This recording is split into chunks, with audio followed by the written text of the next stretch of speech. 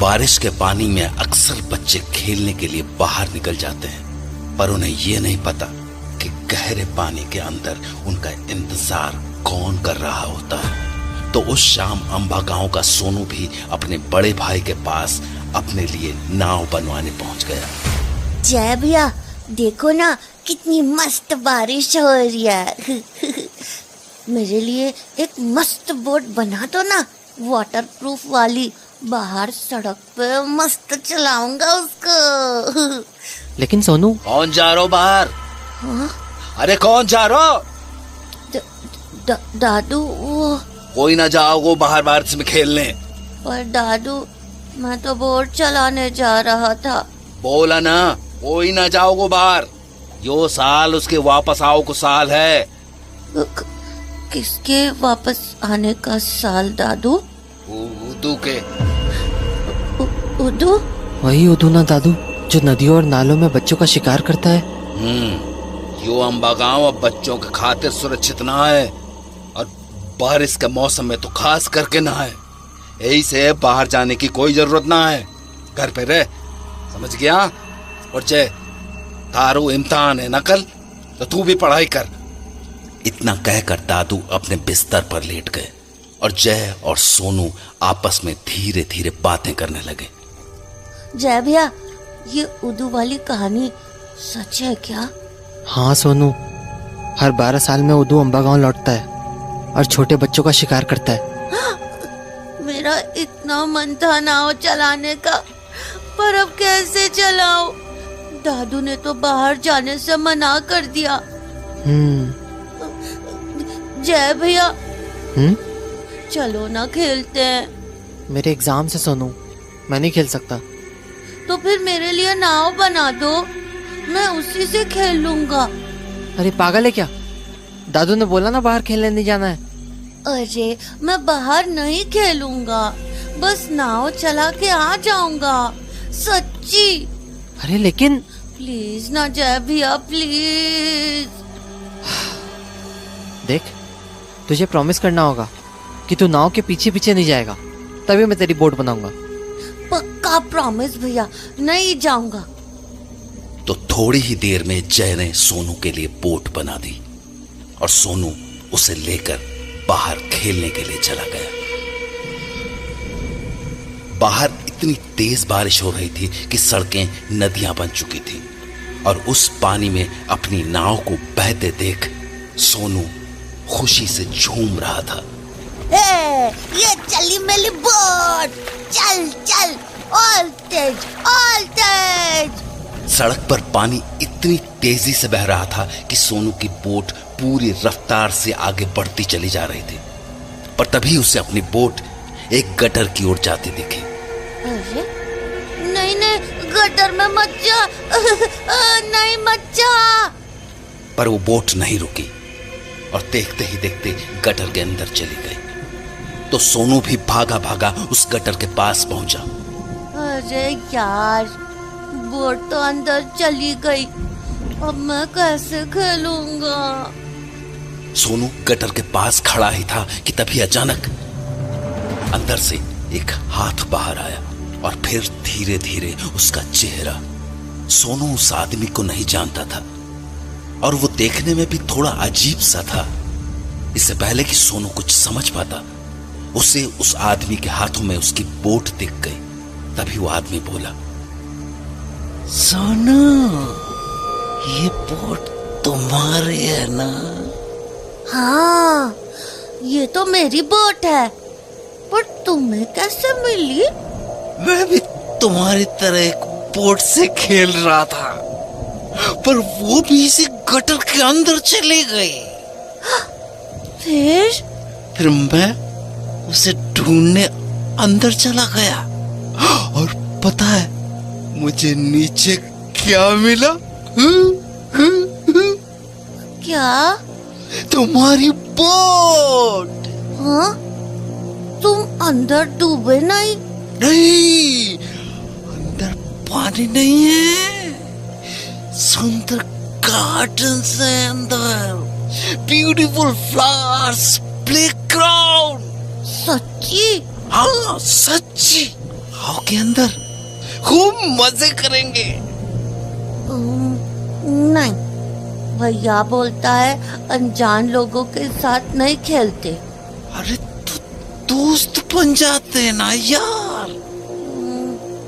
नहीं, मुझे डर लगता है, मैं जाता हूँ। अच्छा ठीक है, पर अपनी बोट तो लेते जाओ। लाओ।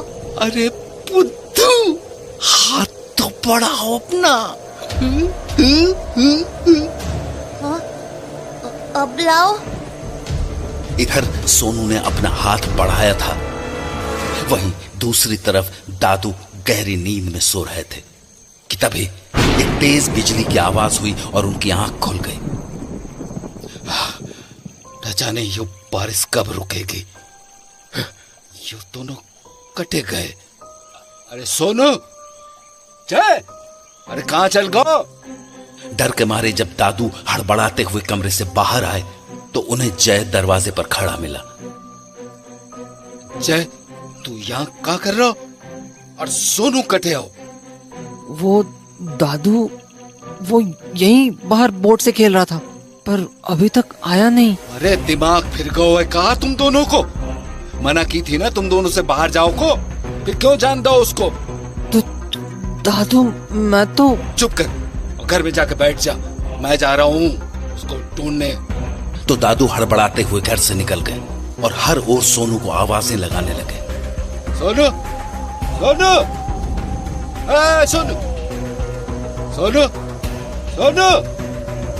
पर सोनू का कोई जवाब नहीं आया। फिर घर से थोड़ी दूर गटर के पास दादू को सोनू की बोट मिली, जिसके ठीक ऊपर एक लाल गुब्बारा हवा में तैर रहा था। उस गुब्बारे को देखकर दादू का दिल बैठ गया, क्योंकि अंबा गांव में लाल गुब्बारे को उदू की निशानी माना जाता था।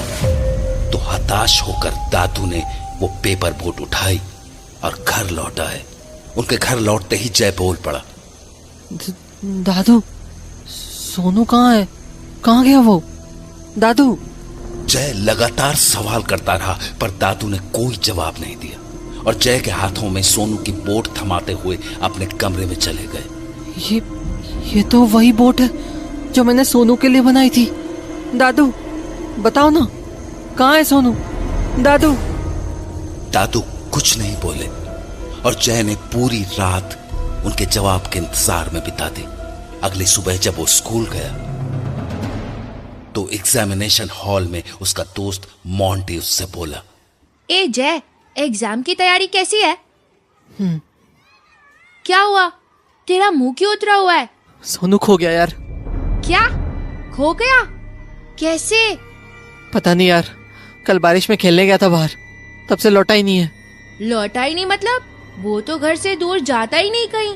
वही तो, एग्जाम नहीं होता तो मैं उसको ढूंढने चला गया होता। कोई नहीं, तू चिंता मत कर, पेपर देते हैं, उसके बाद ढूंढने चलेंगे। ठीक है, तू पेपर के बाद मेरे घर पे आ जाना, उधर से उसे ढूंढने चलेंगे। ठीक है, चल अभी के लिए ऑल द बेस्ट। तुझे भी। तो उसके बाद जय अपनी सीट पर चला गया और एग्जाम शुरू होने पर मोंटी भी अपना पेपर लिखने लगा। पर तभी उससे अपने पीछे से एक आवाज आई, मोटे, ए मोटे। वो आवाज ओम की थी, जो स्कूल का सबसे बड़ा गुंडा था और बदकिस्मती से वो मोंटी के ठीक पीछे ही बैठा था।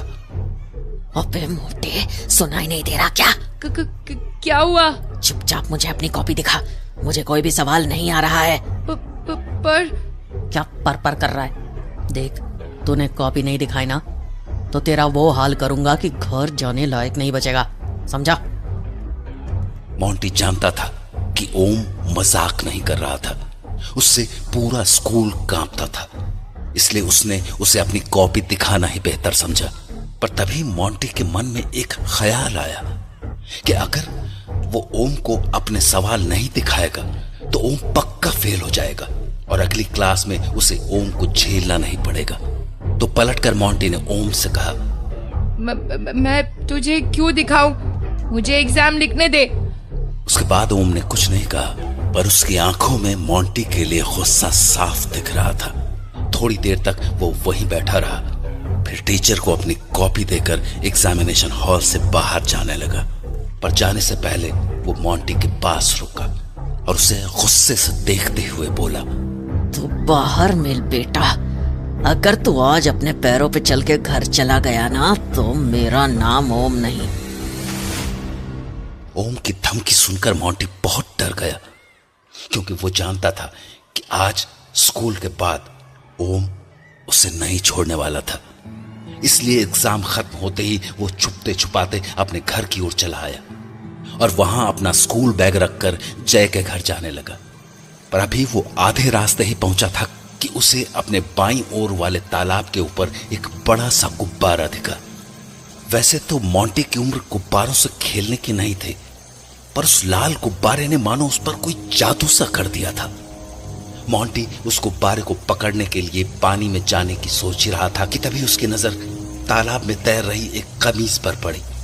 मोंटी उस कमीज को देखकर तुरंत समझ गया कि वो कमीज सोनू की ही थी, क्योंकि उसने आखिरी बार सोनू को उसी कमीज में देखा था। उस कमीज को देखने के बाद मोंटी के दिमाग से उस गुब्बारे का ख्याल निकल चुका था। अब वो बस सोनू की उस शर्ट को तालाब से निकाल लेना चाहता था। पर अभी वो तालाब में उतरने की सोच ही रहा था कि उसे अपने पीछे से एक आवाज आई, ओए मोटे, पानी में सुसाइड करने जा रहा है क्या?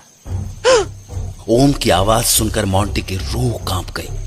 गुब्बारे और जय की मदद करने के बीच वो ये भूल ही गया था कि ओम ने उसे सबक सिखाने की धमकी दी थी। ओम, तुम क्यों आए हो यहाँ? साले मोटे, अब तू मुझे बताएगा कि मैं कहाँ हूँ और कहाँ नहीं। मैं यहाँ तुझसे हिसाब चुकता करने आया हूँ, समझा ना? क्यों? कौन सा हिसाब? अच्छा, साले हाथी के बच्चे, इतनी जल्दी भूल गया? याद है ना क्या कहा था तूने मुझे एग्जाम में? ओम भैया, वो गलती से। ओहो, ओम भैया, तू तो मिमियाने लगा बे। अब चुपचाप यहाँ चल। मोंटी जानता था कि वो यहाँ से कहीं नहीं भाग सकता। उसे अब ओम की बात माननी ही थी, तो वो डरता हुआ ओम के पास चला गया। ओम भैया, देखो, मुझे जाने दो। अबे चुप, ज्यादा चबड़ चबड़ मत कर, वरना इसी तालाब में धक्का दे दूंगा, किसी को पता भी नहीं चलेगा। ओम भैया प्लीज, मम्मी ने जल्दी बुलाया घर पे, प्लीज जाने दो। मम्मी ने जल्दी आने को बोला है? और यहाँ जो तेरा बाप तेरे को रुकने को बोल रहा है, उसका क्या? मुझसे गलती हो गई, अगली बार से जो बोलोगे वही करूँगा, जाने दो प्लीज। मोंटी गिड़गिड़ा ही रहा था कि ओम ने अपने कमीज के अंदर से एक चाकू निकाल लिया। देख इस चाकू को, हाँ? ये है तेरा बाप, इसको बोल प्लीज, बोल हरामी। ये चाकू क्यों? इससे क्या करोगे ओम भैया? अभी बताता हूँ इससे क्या करूँगा, पहले शर्ट उतार अपनी। नहीं प्लीज। खुश हो जा कि पैंट नहीं उतरवा रहा मोटे, शर्ट उतरवा रहा हूँ, क्योंकि मुझे तेरी गोल मटोल तोंद देखनी है। चल उतार, नहीं तो पेट फाड़ दूंगा तेरा। उतार रहा हूँ। लाचार मोंटी क्या करता, उसने न चाहते हुए भी अपनी शर्ट उतार दी और घबराई आंखों से ओम की ओर देखने लगा। ओम भैया प्लीज जाने दो ना। ऐसे कैसे जाने दे दूं मोटे, अभी तो मुझे तेरे पेट पे चाकू से गोला बनाना है, बिल्कुल ओ जैसा, ओम का ओ, जिससे तू जिंदगी भर याद रखे कि ओम से हरामी पना नहीं करना चाहिए। ओम अपना चाकू लेकर मोंटी के